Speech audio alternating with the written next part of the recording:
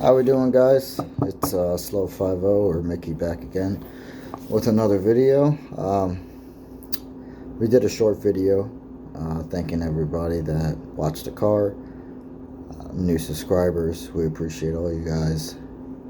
Just wanted to talk a little bit about what the plans are and what I expect out of YouTube. So first of all, I don't expect anything out of YouTube. I'm just a guy that likes to have fun. First of all, I'm a rookie. I don't know as much as everybody else. I don't pretend to know as much as everybody else. I'm just a young kid getting started. And I pride myself in learning on the fly. I had a lot of help. I get the luxury of having Terry Grover as my second dad.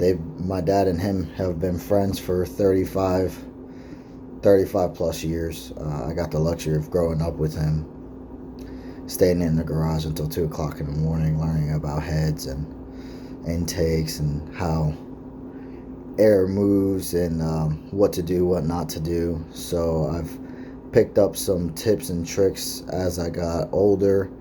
A lot of it was thanks to him and Adam too. I mean, Adam's only a year older than me. We're like two peas in a pot, me and him. So I cherish those guys a lot, and they've helped me on my journey. So I think what we're gonna do is I'm gonna tell you guys a little in depth on what the combination is. Again, we went over with the gear and what it is as far as the motor. So for those of you guys that didn't catch it, it's a stock lone block 1.7 rockers, single plane intake, non-ported by the way, and these are stock E7 heads. Still have the hump in the exhaust. Most of you guys that mess with E7 heads know that they have a big old hump. You can't even get your finger in them. That's still on there. I have not touched them. They're long tube, basic long tube headers from the 90s. The shifter is a pro shifter, T5 shifter, and I put grade 4 or grade 5 bolts in them now so they don't break. The trans, again, I was put together with 3 broken transmissions. It's a solid car. It needs a clutch. I've known that for a little while. The plan was to put the spray on it and hopefully I get enough clutch slip to keep the trans alive. But I've kept the car the way it is for 2 seasons. My first pass was like a 1370. The car was owned by a buddy of ours named Alex, who I bought the car from. It's been 1210, 1211 or something like that at 110 or 111. Its best pass. I just recently, I don't know, maybe 7 months ago, 6 months ago, I ended up going 1217 at 110 with a 166 60 foot. And this is on a 28 10.5 Hoosier. Slick. I really like them. Some people don't, some people do. I don't street drive this car whatsoever. All I do is track race it. I'm not a big street racing guy.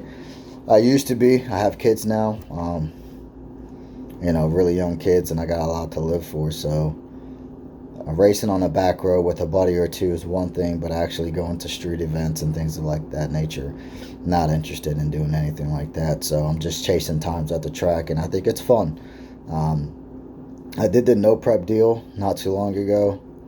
Everybody's seen the videos. I've been talking about it. I posted the videos up. I had a lot of fun. It's probably the most fun I've ever had drag racing, and I never received a time slip. I do have a draggy now. Found out what happened, why I didn't get any recordings or anything like that, but we got that figured out. So here pretty soon we'll be able to post up draggy slips. We'll be able to tell you guys what the car's going, and I've had a lot of people tell me that there are maybe a tenth off on ET, maybe a mile an hour difference, and the 60 foots are usually pretty on point. So in the near future we'll go off of that. Upgrades for this winter. The car has a stock K member in it. I have a brand new UPR K member that I've had for 2.5, almost 3 years, with A-arms on it. The car already has front coilovers, so I'm hoping with the K member I pull 40 pounds, 50 pounds off of the nose. I've never weighed it, so this will be a good experiment to try and weigh. Somebody's might have done it and actually weighed them before. I think Adam has. I just can't remember what the weight savings are. It might be 40 pounds. It might be 35. It all depends. But it's got a stock K member in it now, so we're going to change that over. If you notice in some of those videos, that car rolls over a lot. Terry did a video on, how the quarter panels stretch when the cars twist up like that, and I always thought it looked pretty cool, but I see where Terry's coming from. So I have subframe connectors that are on the car, brand new in the box, same thing, UPR ones that I need to get in it. Couple of safety things we're going to do. We're going to put a dry shaft loop in it, make sure it's a little bit safer. We're going to look into putting a cage in it this winter, that way I can actually spray the car and not get kicked off the track. And just little things like that. We also have paddle box torque reinforcements uppers already in the car. I'd like to do the lowers, that way I don't rip them out of the car, because I've seen Adam do that a couple of times, and it ain't fun, watching something like that happen. It's pretty discouraging. But cars are cars. When you get into the stick game, you got to understand that things are going to break. Stick cars are not easy on parts, but that's the lane that I like. That's what I'm always going to do. I think driving a stick is just a man's game, a man's sport. Nothing against automatic guys, but I won't say anybody, but most people can know how to aim a car straight and let an air shifter shift the car, or you can shift it yourself. And people's got their own little niches on that, but I don't know. I mean, I think launching a car at 57, $6,000, banging gears is a lot more competitive, and it's harder to do, in my opinion. People that don't stick shift race think stick shift racing is easy, and it's really not. It's not to be consistent. And my car is a real H pattern car. It's not a dog box. It's not a faceplated trans. I mean, this is all stock stuff that I've been working with for a while now. So the plans for the car is I have Terry doing some heads for me. I'm gonna let him talk about that on his channel, but just the ported E7 deal. I'm pretty sure he'll put a video out pretty soon showing you guys, what he did, and what are some improvements versus the stock heads. And I'll do a short video putting them side by side, that way you guys can actually see, because you get lost on what he does with the heads, I think, and most people don't. And I don't think he means to do it. It's just how the heads look and how many videos he's doing. You guys aren't really seeing what a stock head looks like versus a ported head, and a real ported head. He doesn't just port, he works them. Boss plugs get grinded down. I call him the mad scientist. It's a work of art. So I'm never been a big flow bench guy either. Those flow benches only tell you part of the equation.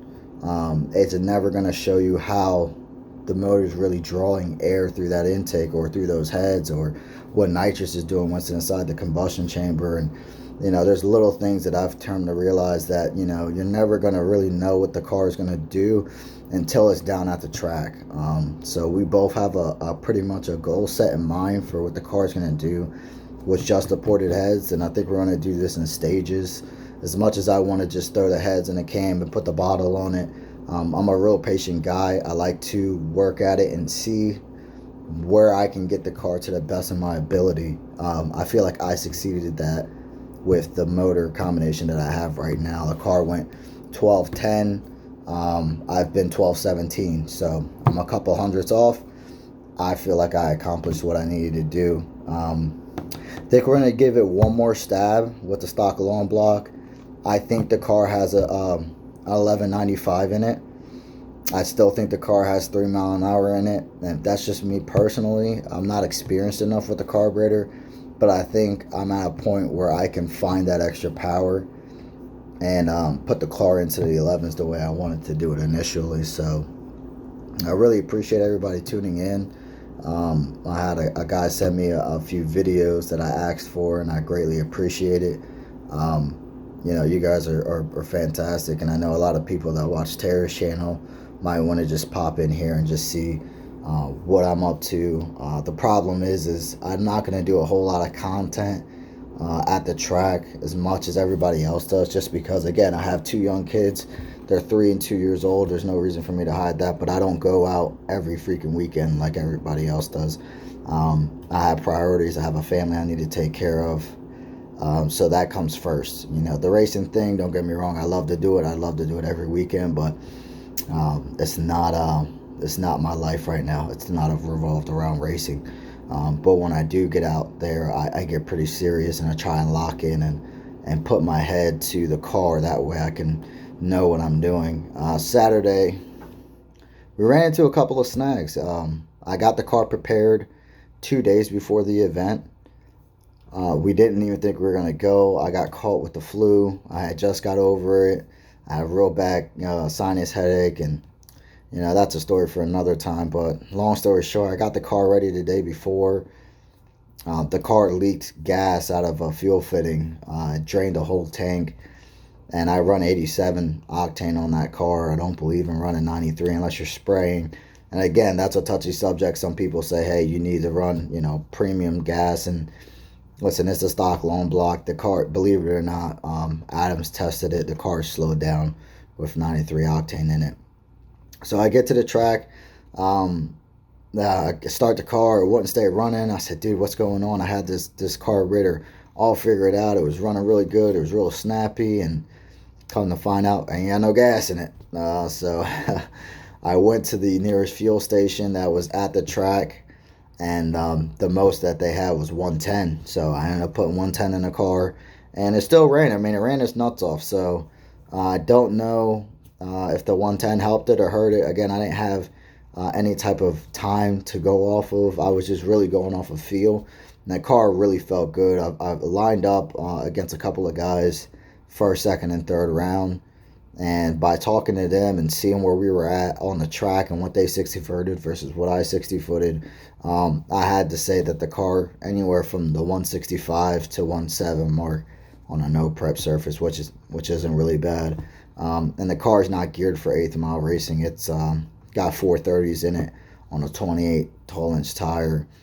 Really, if I wanted to do 8th mile racing, it needs 488s, 518s, something like that, 516s, whatever the gearing is. As you guys can see, I'm a rookie, so I really don't know all this stuff, but I try. And that's something that you'll get from me, is you're not going to get a bunch of edited videos. Maybe later on, if I take this a little bit more serious, but I just like to have the one-on-one conversation with everybody every now and then, let you guys know what my plans are for the car, and what we plan to do in the near future. So I like to get the car down to Terry this upcoming season. That way we can go to the racetrack and we can kind of do a video together. But right now, this just isn't in the cards for everybody. We all got lives to deal with and families to provide for. So I appreciate you guys tuning in. I didn't really want this to be a super long video, but hey, it is what it is. So I'll probably do like an in-depth video showing you guys the car,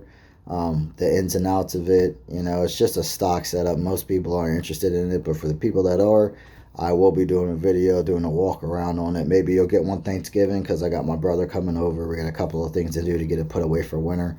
So you guys might get a startup video or something like that. So I appreciate you guys tuning in. Any questions, just leave a comment.